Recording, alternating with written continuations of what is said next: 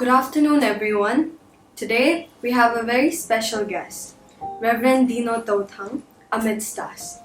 Reverend Dino was the pastor, visiting pastor and Pastor Emeritus of KWSD from 1995 till date, altogether for 25 years.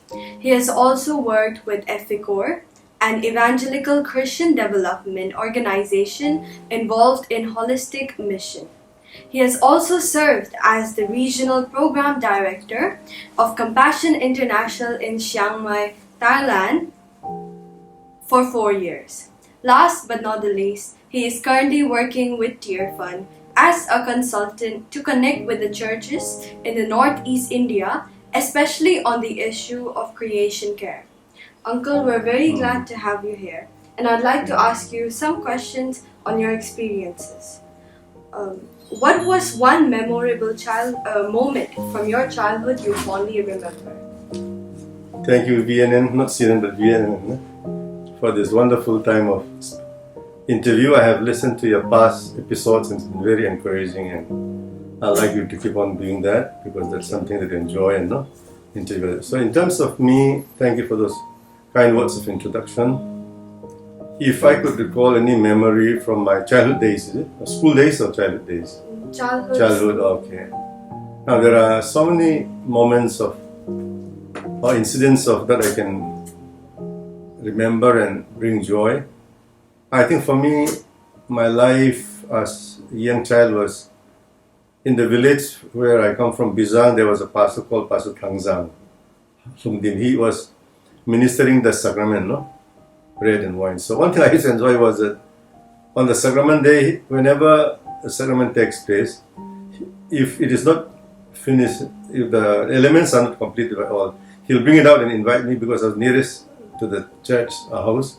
So he will ask me to enjoy the remaining of those. It is not wine, but juice and bread. So I think that's one very interesting. I didn't know that one day I'll become a pastor, distributing the sacrament elements to other people, but that was an interesting memory that I can recall, and also, which I hardly recall, but as you asked me this question, it came to my mind.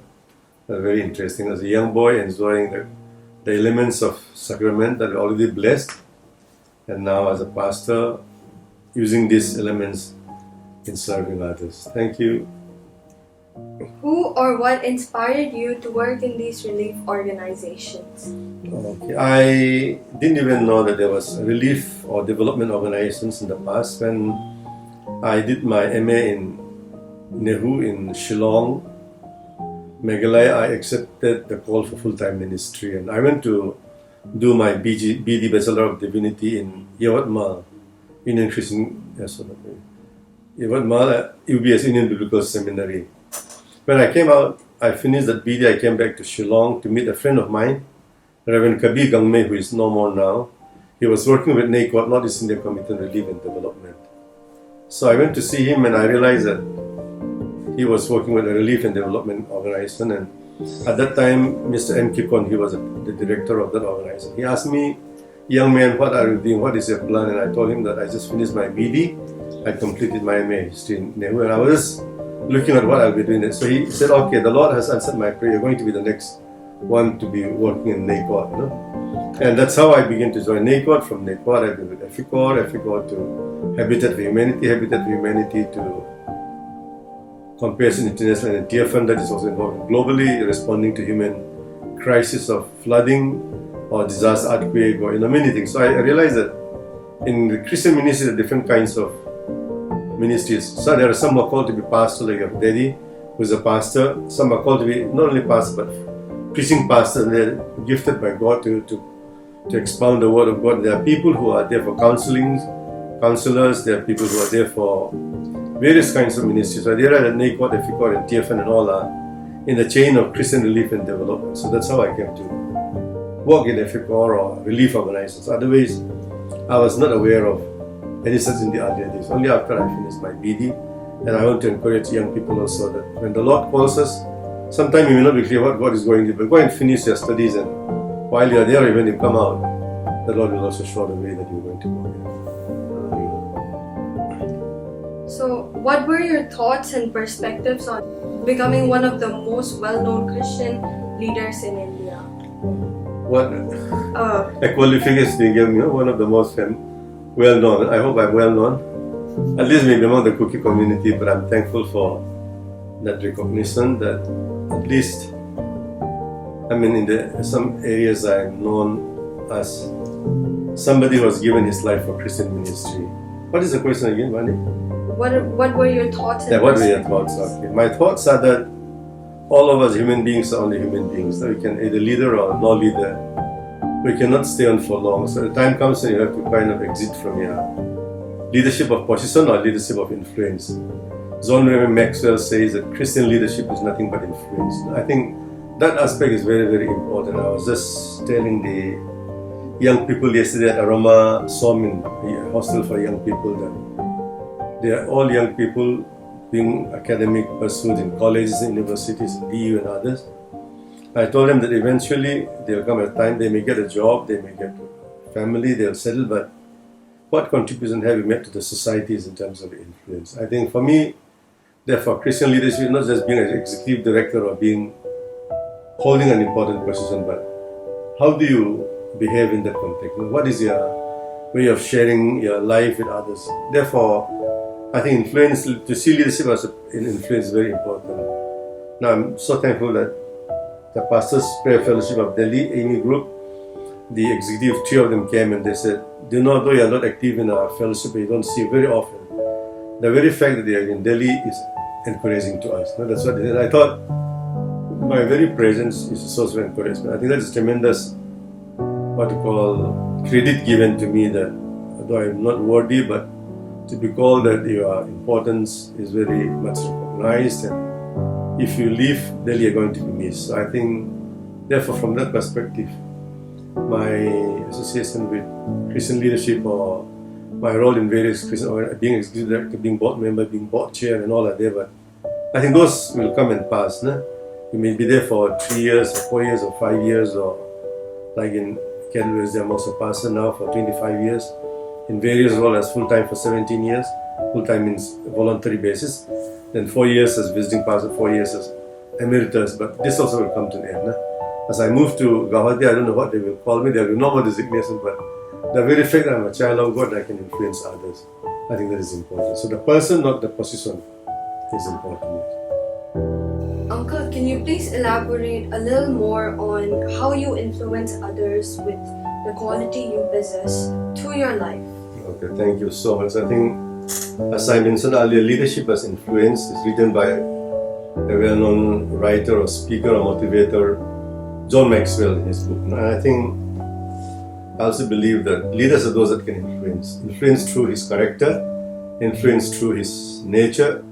Because nowadays, people think that leadership is only position. You become executive director of an organization or a church, and you become a pastor. That position doesn't define who you are.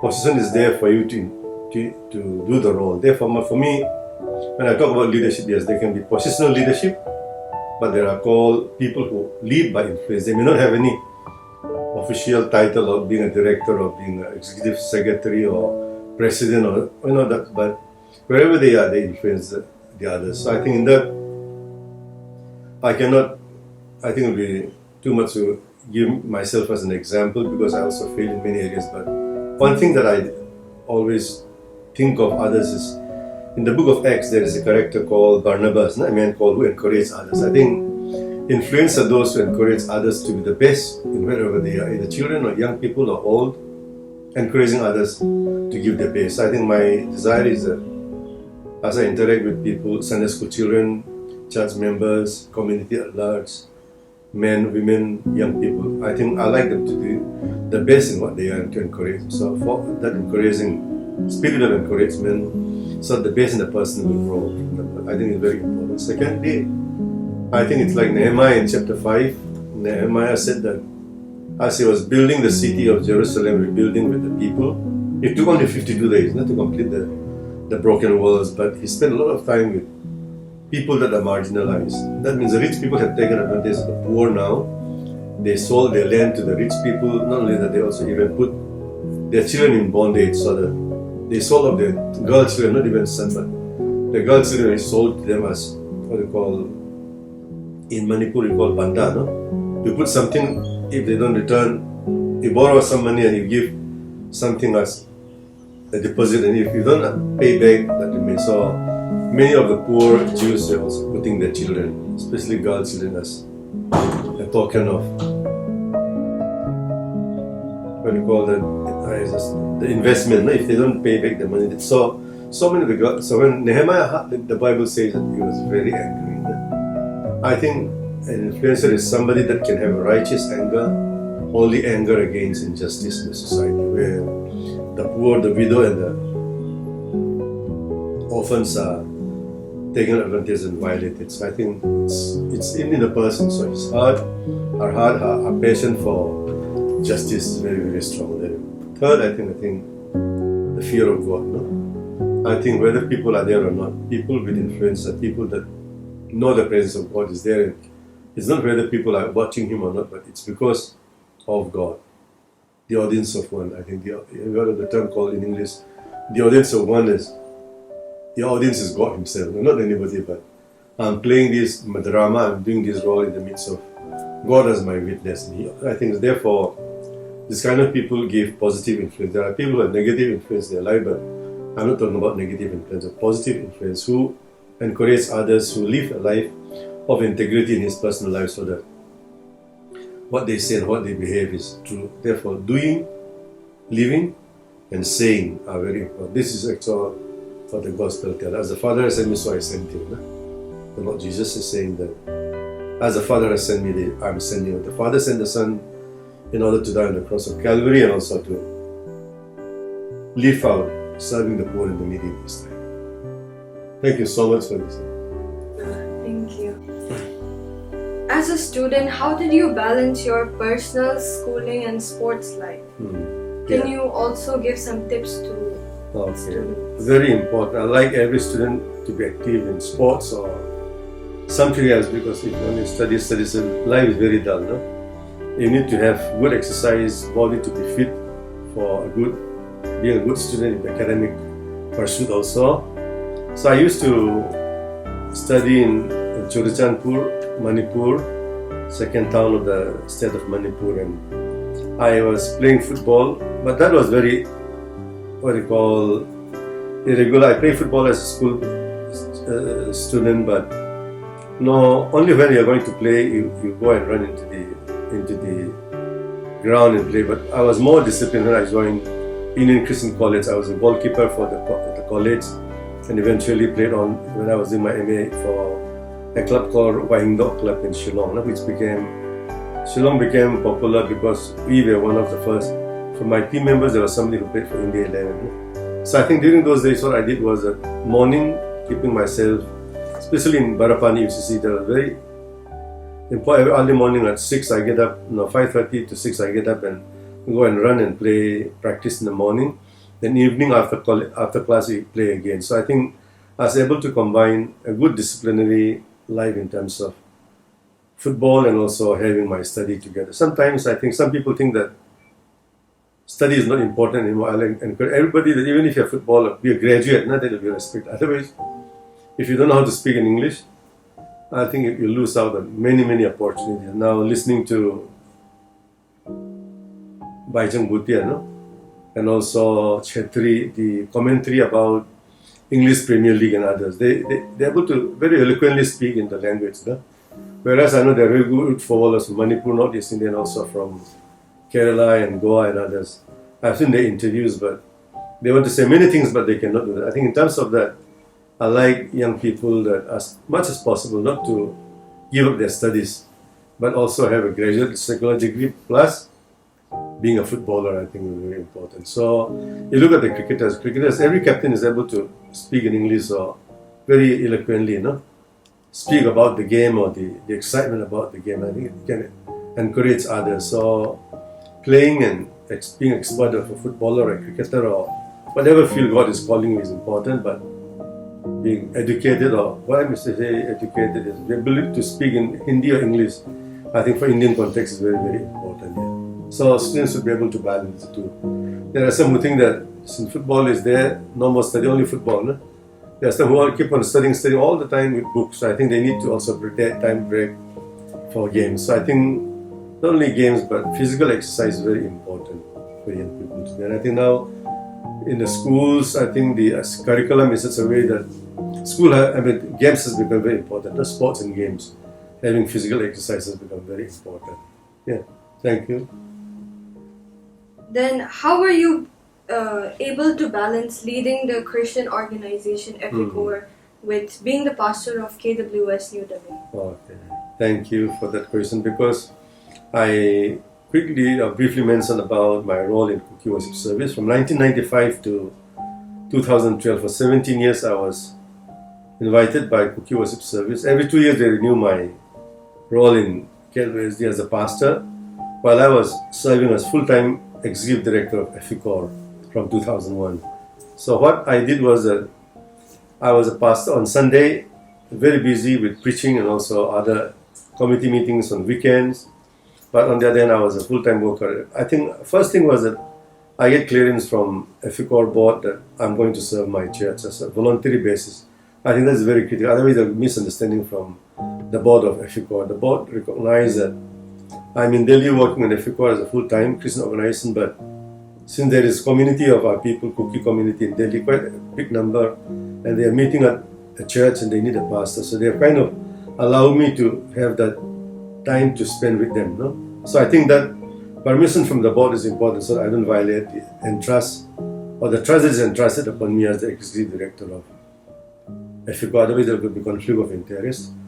Now therefore what I did was, I had Pastor Lal, who was my colleague as associate pastor, and actually I give credit to him, our father only. You know, he has done so much of work in terms of the growth and development of Cookie Worship Service, the visiting of the houses. But my role was to minister from the pulpit, no?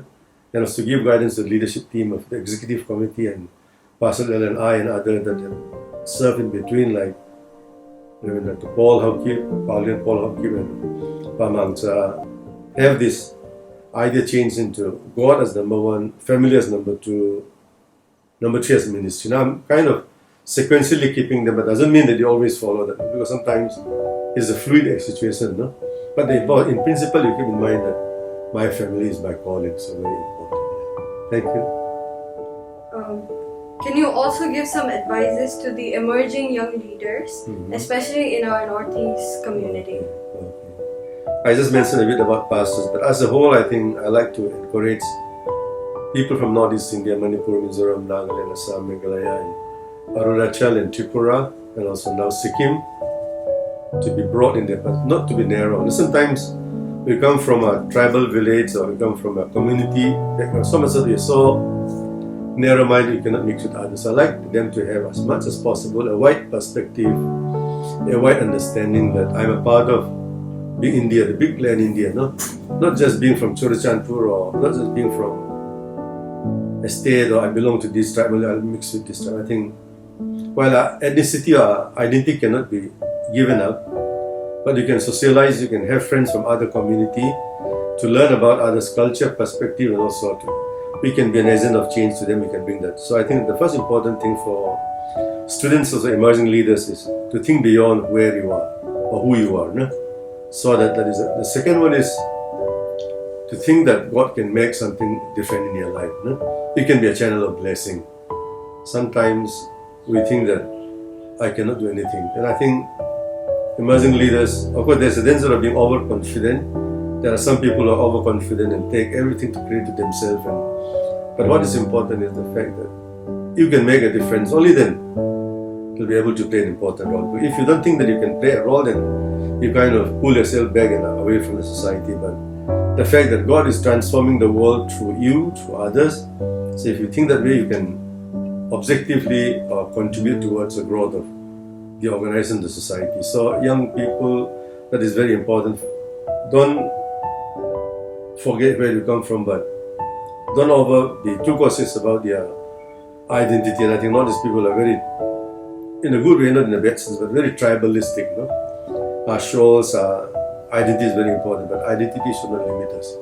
It should give us space for who we are, but it should also give us a avenue for others to play and participate in the personal. So I think Northeast has got a lot of potential. Now there are 1 or 2 ministers in the current ministry, and I really hope that the current Olympic, that lady from Manipur has a silver medal, and the people in Manipur and India are very excited about.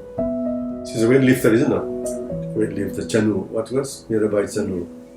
And I think we cannot be all Mirabai Chanu, but she has got that confidence, and she went on ahead and won this medal, and we are very proud of her. And I hope that we may not be medal winners or win gold or silver or bronze, but in our own way, in our own areas, we can create that space of acceptance, space of confluence of different cultures and organizations together.